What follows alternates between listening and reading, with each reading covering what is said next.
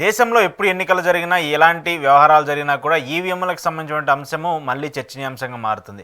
Parliament ఎన్నికలు ముగిసినప్పటికీ కూడా రాష్ట్రాలకు సంబంధించిన అసెంబ్లీ ఎన్నికలు జరుగుతున్నటువంటి ప్రతిసారి ఈవీఎంల మీద మళ్ళీ ఒక చర్చ జరుగుతుంది. ఈవీఎంలకు సంబంధించి గందరగోళం ఉందనో, లేదంటే హ్యాకింగ్ జరుగుతుందనో, ఇంకొకటి జరుగుతుందనో రాజకీయ పార్టీలు ప్రధానంగా ఆరోపణలు చేస్తూ వస్తున్నాయి. వాటన్నిటి మీద మనం మాట్లాడుతూ వస్తున్నాము, చూస్తూ వస్తున్నాం. అయితే ఈవీఎంలకు సంబంధించిన వ్యవహారం పైన పెద్ద పెద్ద టెక్ దిగ్గజాలు కూడా మాట్లాడుతూ వస్తున్నారు. ఈవీఎంలని మ్యానిపులేట్ చేయొచ్చు, ఈవీఎంలను హ్యాక్ చేయొచ్చు, ఈవీఎంలో ఉన్నటువంటి డేటాని మిస్యూజ్ చేయొచ్చు అంటూ కూడా మాట్లాడుతూ వచ్చారు. ఇటీవల దేశానికి సంబంధించి పార్లమెంట్ ఎన్నికలు జరిగినప్పుడు టెక్ దిగ్గజమైనటువంటి ఎలాన్ మస్క్ కొన్ని కీలక వ్యాఖ్యలు చేశారు.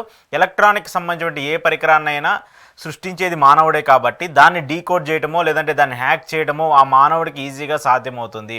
అలాంటి పరికరాలను ఈజీగా హ్యాక్ చేయొచ్చు అంటూ కూడా టెక్ దిగ్గజం ఎలాన్ మస్క్ చెప్తూ వచ్చారు. ఆ తర్వాత ఇప్పుడు మళ్ళీ ఈవీఎంలకు సంబంధించిన వ్యవహారం మీద మళ్ళీ సంచలన వ్యాఖ్యలు చేశారు ఫేస్బుక్ అంటే మెటాకు సంబంధించిన కంపెనీ సీఈఓ మార్క్ జుకర్బర్గ్ కూడా ఇటీవల ఒక మీడియా ఛానల్కి ఇచ్చినటువంటి ఇంటర్వ్యూలో ఆయన కొన్ని సంచలన వ్యాఖ్యలు చేశారు. కోవిడ్కి సంబంధించిన అంశంలో ఎవరైతే సరిగా అంటే తప్పుడు డేటాని గూగుల్లో అప్లోడ్ చేశారో, తప్పుడు డేటా ఇన్ఫర్మేషన్ ఎవరైతే ఇచ్చారో వాళ్ళందరూ కూడా రాజకీయాల పార్టీలకు సంబంధించిన వ్యక్తులందరూ కూడా ఓడిపోతూ వచ్చారు, ఇంక్లూడింగ్ ఇండియా అంటూ కూడా ఆయన ప్రత్యేకంగా భారతదేశాన్ని మెన్షన్ చేస్తూ వచ్చారు. అయితే 2024 సంవత్సరంలో చాలా దేశాల్లో ఎన్నికలు జరిగాయి. ఆ ఎన్నికల్లో ఎవరైతే కోవిడ్కి భిన్నంగా ప్రభుత్వానికి సంబంధించిన మిస్ఇన్ఫర్మేషన్ పెట్టారో, మిస్ డేటా పెట్టారో ఆ రాష్ట్రాలు, ఆ దేశాలన్నీ కూడా ఓడిపోతూ వచ్చాయి ఎన్నికలు అంటూ కూడా జుకర్బర్గ్ చెప్తూ ఉన్నారు. అయితే ఇప్పుడు ఆయన చేసినటువంటి ఈ వ్యాఖ్యలు, ఇండియాకి సంబంధించి ఆయన మాట్లాడినటువంటి ఈ మాటలు కూడా దేశానికి సంబంధించినటువంటి బీజేపీ పార్టీకి, అధికారంలో ఉన్నటువంటి బీజేపీ నేతలకి కోపాన్ని తెప్పించింది. అయితే ఈ ఇష్యూ మీద జుకర్బర్గ్ చేసినటువంటి వ్యాఖ్యల మీద విదేశాంగ మంత్రిగా ఉన్నటువంటి జైశంకర్ ఆగ్రహం వ్యక్తం చేస్తూ వచ్చారు. అయితే ఏదైతే జుకర్బర్గ్ చేసినటువంటి వ్యాఖ్యలు ఉన్నాయో వాటన్నిటికీ కూడా ఆయన ట్విట్టర్లో గట్టిగా కౌంటర్ ఇస్తూ వస్తున్నారు. ఆ వీడియోని షేర్ చేస్తూ భారతదేశంలో కోవిడ్కి సంబంధించి అప్పుడు అధికారంలో ఉన్నటువంటి బీజేపీ పార్టీ 100% నియంత్రిస్తూ వచ్చింది.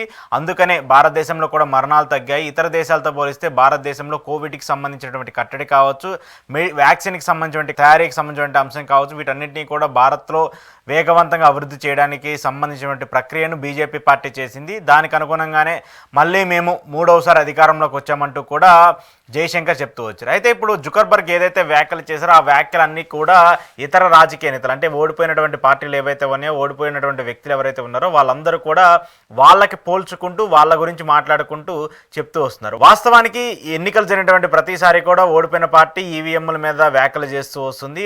అంతకుముందు ఎలాన్ మస్క్ ఏదైతే భారతదేశానికి సంబంధించి పార్లమెంట్ ఎన్నికలు వచ్చినప్పుడు, పార్లమెంట్ ఎన్నికల్లో బీజేపీ పార్టీ విజయం సాధించినప్పుడు ఆయన చేసినటువంటి వ్యాఖ్యలు కూడా కొంత చర్చనీయాంశమైనటువంటి నేపథ్యంలో ఇప్పుడు జుకర్బర్గ్ చేసినటువంటి వ్యాఖ్యలన్నింటినీ కూడా ఇప్పుడున్నటువంటి టెక్ దిగ్గజాలు కావచ్చు, ఇప్పుడున్నటువంటి వ్యక్తులు కావచ్చు, ఇప్పుడున్నటువంటి రాజకీయ పార్టీలు కావచ్చు, వాళ్ళకి సంబంధించి కూడా పోల్చుకుంటూ చూస్తూ ఉన్నాయి. టెక్ దిగ్గజాలకు సంబంధించిన పెద్ద పెద్ద వ్యక్తులు ఎలాంటి ఇష్యూ చేసినా, ఎలాంటి మాట మాట్లాడినా, కేవలం చిన్న స్టేట్మెంట్ ఇచ్చినా, చిన్న ట్వీట్ చేసినా కూడా అది సంచలనంగా మారుతూ వస్తుంది. ఎలాన్ మస్క్ కూడా అలాంటి చిన్న చిన్న ట్వీట్లతోనే పెద్ద పెద్ద సంచలనాలు సృష్టించినటువంటి పరిస్థితిని కూడా మనం చూస్తూ ఉంటాం. అయితే ఇప్పుడు జుకర్బర్గ్ ఈ రాజకీయాలకు సంబంధించి, భారతీయ ఎన్నికలకు సంబంధించి, లేదంటే ఇతర ప్రాంతాలకు సంబంధించిన ఎన్నికలకు సంబంధించి ఆయన చేసినటువంటి వ్యాఖ్యలు ఇప్పుడు సర్వత్రా ఆసక్తిగా మారాయి.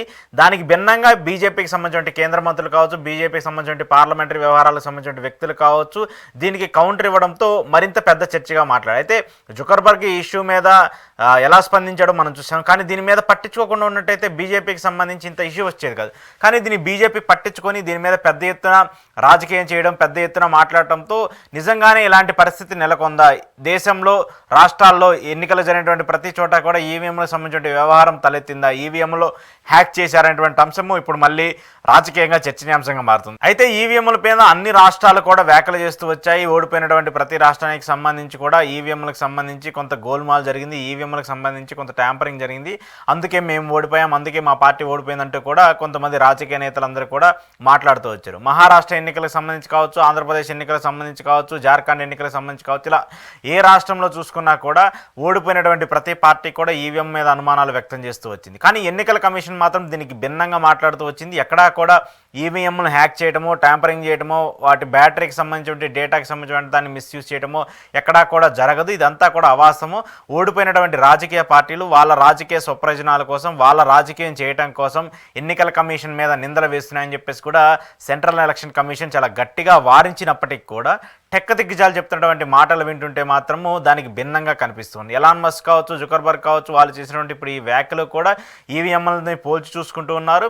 పెద్ద పెద్ద దేశాలు, అగ్రగామిగా ఉన్నటువంటి దేశాల్లో కూడా ఈవీఎంలను పక్కన పెట్టేసి బ్యాలెట్ని వాడుతున్నారు. కాబట్టి అలాంటి ప్రక్రియను కూడా మిగతా దేశాల్లో కూడా తీసుకొస్తే బాగుంటుంది. అప్పుడే సర్వత్రా ఎవరైతే వాళ్ళు ఓటు వేయాలనుకున్నారో వాళ్ళకి సంబంధించిన ఓటు ఖచ్చితంగా అభ్యర్థికి పడే అవకాశం ఉంటుంది. అలా కాకుండా ఈవీఎంలు ఉంటే మాత్రము గెలుపుకు సంబంధించిన మార్పులు చేసే అవకాశాలు ఖచ్చితంగా ఉంటాయంటూ కూడా మాట్లాడుతూ వస్తున్నారు. ఇప్పుడు జుకర్బర్గ్ చేసినటువంటి వ్యాఖ్యలు కూడా దేశవ్యాప్తంగా మళ్ళీ సంచలనంగా మారుతూ వస్తున్నాయి. ఈవీఎంలకు సంబంధించిన అంశం మీద మళ్ళీ ఒక సర్వత్రా చర్చ జరిగేటువంటి ప్రక్రియ కనపడుతుంది. దానికి భిన్నంగా ఇప్పుడు బీజేపీకి సంబంధించిన కేంద్ర మంత్రులు రియాక్ట్ అవుతాము, ఆయనకి లీగల్గా నోటీసులు ఇస్తామని చెప్పడం కూడా ఇప్పుడు రాజకీయంగా మరింత చర్చనీయాంశంగా మారుతుంది. మరి ఇప్పుడు ఈ ఇష్యూ ఎంతవరకు రాజకీయంగా దుమారం నేపుతుంది, దీనికి సంబంధించినటువంటి దేశానికి సంబంధించో రాష్ట్రాలకు సంబంధించిన వ్యక్తులు ఎలా రియాక్ట్ అవుతారు అనేది మాత్రం చూడాలి. ఏది ఏమైనప్పటికీ జుకర్బర్గ్ చేసినటువంటి వ్యాఖ్యలు మాత్రం ఇప్పుడు సర్వత్రా రాజకీయంగా ఒక పెద్ద మంటను మండించబోతున్నాయి. బీజేపీకి సంబంధించి కావచ్చు, అలాగే దేశ రాజకీయాలకు సంబంధించి కావచ్చు.